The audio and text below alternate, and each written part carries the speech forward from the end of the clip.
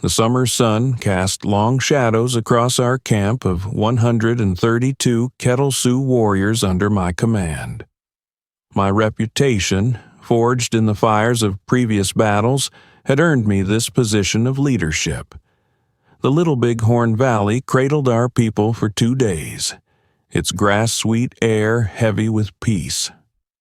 When the third dawn broke, our plans to move were stayed by the weathered voices of our elders, their words carrying across the morning mist like smoke signals.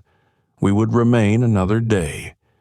Our horses roamed free, dark dots against the rolling hills that embraced us from north, west, and south. Inside the great teepee, we sat in circles of wisdom, pipe smoke weaving through stories of old. The morning seemed eternal, time flowing like the river beside us. Then fate struck like lightning. Near mid-morning, our kinsmen who had departed earlier came thundering back, their horses' hooves drumming a warning, soldiers approaching. We remained calm, wrapped in the comfort of 2 certainties. The bluecoats had retreated to Wyoming, surely too distant to threaten us, and neither soldier nor Indian had ever dared strike a Sioux camp in daylight hours. Such was the teaching of our ancestors. So we sat, drawing peace from our pipes. The illusion shattered with the first crack of rifles. Bullets tore through our camp from across the river, their whispers bringing war to our doorstep. The sacred pipe slipped from my grasp as I bolted toward my tent, feet pounding the earth in rhythm with hundreds of others. A war cry ripped through the camp. "The soldiers are here," echoing off the hills like thunder. Horse herders emerged from the ridges, driving our mounts before them in a storm of hooves and dust that clouded the sky like signal smoke. My tent materialized through the chaos, where panicked herders had already gathered with our stamping horses. Fingers trembling with battle fury, I seized my gun and cartridge belt, my mind whirling in the maelstrom of screams and confusion. Women fled toward the hills as gunfire crackled through the upper camp, each shot igniting the war spirit in my raging heart. No time for ceremony or war bonnet, I vaulted onto my horse and charged toward the sounds of battle. The first sight that greeted me was grim. A riderless horse, bridle lines dancing in the wind, standing sentinel over a fallen Sioux warrior. Despite my haste, countless warriors had already formed the battle line, surging uphill like a flood. We rode bare-skinned against an army of giants, soldiers atop black horses, laden with gear, looming like monstrous buffalo against the sky. Then we witnessed it. A lone warrior descending toward the soldiers and river, visible only by the gun smoke curling beneath his horse's head.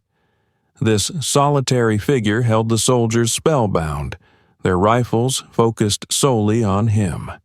In that moment, as if moved by ancient spirits, we charged as one. The gun smoke billowed toward the soldiers like a spirit shield, offering us nature's blessing for our charge. We erupted from behind this veil, our war cry split in the air. The soldiers' formation shattered before our onslaught, their ranks dissolving into a chaos of dust and gun smoke that swallowed their retreat toward the river. Our warriors, hearts pumping with battle fury, closed the distance rapidly. Through the swirling haze of combat, we encountered a black soldier who fought with remarkable courage. Even as we surrounded him, he wheeled his horse and delivered a fatal shot straight through a warrior's heart. Our response was swift and merciless. Bullets rained upon his mount until it crashed backward, pinning the rider beneath its weight. I glimpsed his final moments as I thundered past and later saw his lifeless form where he fell. The battle transformed into a desperate chase, driving the soldiers toward the deep waters of the Little Bighorn. We pressed them relentlessly until they had no choice but to plunge into its treacherous depths. Through our determination, we forced them to cross those turbulent waters, their formation completely broken. Dense forests embraced the river's edge like ancient guardians, swallowing soldiers who fled into their shadows while others scrambled across the waters and up the distant hills. Their commander, whom I later learned was Reno, had led them into what many would call folly, but what I saw as extraordinary courage. Time would judge him harshly.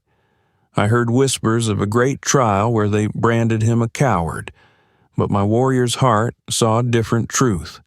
To charge our mighty camp with such a small force, this was either madness or magnificent bravery. Through all the stories passed down from my great-grandfather's time, no one had ever dared such a bold assault in broad daylight. The battle's fury eventually subsided, leaving many bluecoats still and silent on the blood-soaked earth. Standing at the battlefield this morning, I noticed how history had forgotten these fallen soldiers of Reno's command. No stone markers honor their sacrifice. As we returned to camp that day, victory singing in our veins, an unusual sight caught our attention. 2 figures on Reno hills, desperately waving blankets against the wind-swept sky. We rode toward the signal makers who hurled their taunts across the wind. More soldiers were coming to destroy our families. Crawling to the ridgeline, my heart faltered at the sight below. The horizon had turned blue with uniforms, soldiers covering the hills like storm clouds. In that moment, victory seemed as distant as the stars. Returning to our lines, I witnessed fear flickering in the eyes of hundreds of proud Sioux warriors, a shadow I'd never seen before. With grim resolve, I gathered my band. In an ancient warrior's ritual, I stripped away my ribbons, shirt, and pants, keeping only my ammunition belt and rifle. Death seemed certain.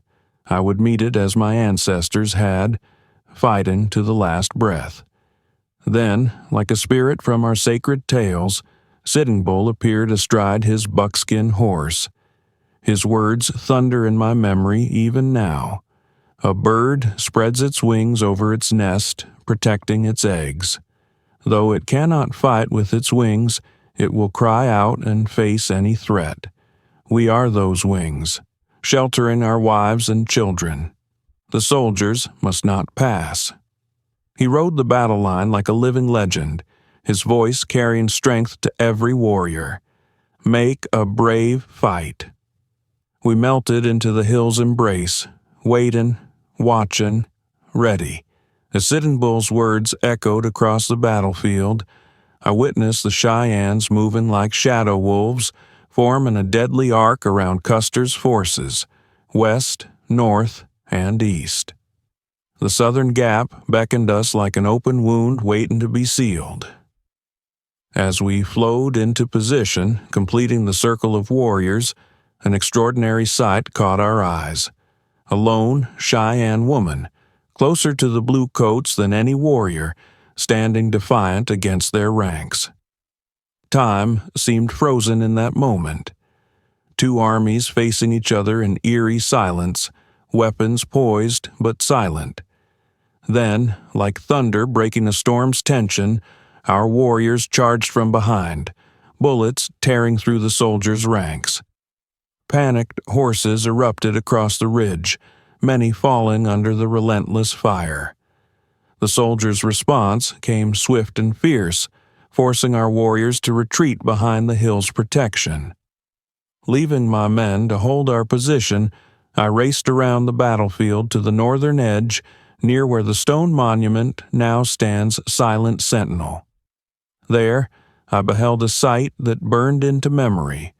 Hundreds of warriors concealed in the coulees, their horses tied in clusters, their rifles speaking death from every direction. From the jutting ridge below today's monument, 30 of us breached their lines in a storm of gunfire, claiming Custer's horses as our prize. We drove them riverward, where their desperate thirst betrayed them. They stood transfixed by the water's mercy, allowing us to capture these prized mounts, their backs heavy with military treasures, shells, blankets, supplies that told tales of longer battles planned. Racing back to my warriors, I found the hill still alive with combat, soldiers clustered near their remaining horses. Suddenly, a desperate charge erupted down the ravine toward the river, accompanied by a great rolling cloud of gun smoke, like spirits rising from the earth.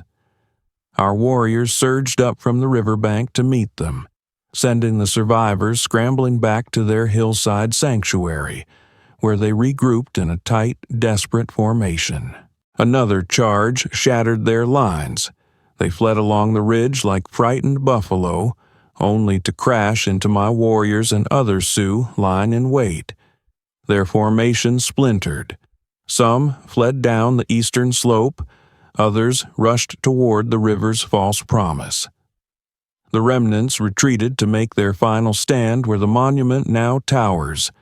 I stood there today, memory in stone confirming the spot where soldiers and warriors finally clashed in one chaotic, deadly embrace. The boundaries between warrior and soldier vanished in that final charge. When the last shot fell silent, a mountain of smoke rose above us like a spirit ladder to the sky. Bodies lay entangled, blue coats and warriors mixed in death's final embrace. Battle fury had blinded us. Some of our own fell by Indian hands that day. I saw one struck down by a war axe, others pierced by arrows meant for the enemy. Returning to camp, I witnessed no scalping, but watched warriors collecting the soldiers' abandoned gear. Gunshots still echoed across the blood-soaked hill, warriors hunting surviving soldiers, delivering final mercy with lead and powder. Just then, word spread like wildfire through camp. A pack train approached from distant hills. I watched our combined forces, Sioux and Cheyenne, moving like shadow wolves toward this new threat. I lingered briefly, heart pulling me toward my family's safety. Once I found them, I swiftly reloaded my weapon with fresh ammunition and rode toward the new battle. The pack train had already transformed into a fortress, their hasty entrenchments becoming the line between life and death. Our warriors circled like storm clouds, trading fire with the desperate soldiers within. As we fought, the sun began its descent, painting the battlefield in blood-red light. Darkness transformed the battlefield into a deadly light show. Muzzle flashes pierced the night like lightning from the earthen fortress. Our warriors slithered through shadows, loosing storms of arrows into the entrenchments before melting away into the darkness. This deadly dance continued through the night, though I retreated to my lodge as the moon climbed high. Dawn found me returning to a siege unchanged. Our warriors still encircling the desperate pack train, trading shots across the killing ground. We maintained our distance, wary of the soldiers' deadly aim. These were no ordinary troops, but masters of the rifle. Every exposed head drew instant fire, bullets whistling past like angry spirits. Word spread through our ranks like prairie fire. Patience would be our weapon. Soon enough, thirst would drive them from their sanctuary. But fate had other plans. Near midday, alarming news raced through our camp in the valley. General Terry's column approached along the river, a blue-coated tide threatening to trap us. We abandoned our prey, racing back to camp like wind-driven smoke. Our people struck their lodges with practiced speed, fleeing up Little Bighorn, Greasy Creek in our tongue. Had Terry's forces delayed, the pack train would have been ours. 2 days without water had nearly broken them. The death of Custer and his men sat lightly on my conscience. They had fired first, we answered in kind. Sitting Bull's call for courage had steeled our hearts, and we responded with fierce determination. This was no massacre, but a great battle fought with honor on both sides. Our victory rang with the echoes of necessity. Whispers had spread through our camps of the white man's intentions. They would cage us in reservations, steal our ancestral lands. Our hearts yearned northward, seeking freedom in distant territories. We harbored no hatred for other tribes. Our only desire was to escape the soldiers who hunted us, pushing us back toward their iron boundaries. Our camp remained untouched during the fight, but afterward bore witness to grief's ritual. Women tenderly arranged their fallen warriors, husbands, brothers, sons, within the teepees, honoring them in death. Later, we learned the soldiers had burned these sacred resting places, adding ash to our sorrow. 2,000 warriors strong, we stood that day, each fighter honed for battle. The weapons claimed from Custer's fallen men strengthened our arsenal, yet a peculiar wisdom spread through our ranks. We had drawn enough blood. Victory brought no thirst for further conflict. Though counts vary, our best reckoning places our losses at 50 Sioux dead in battle, with others following their spirit trail in the days after, claimed by their wounds.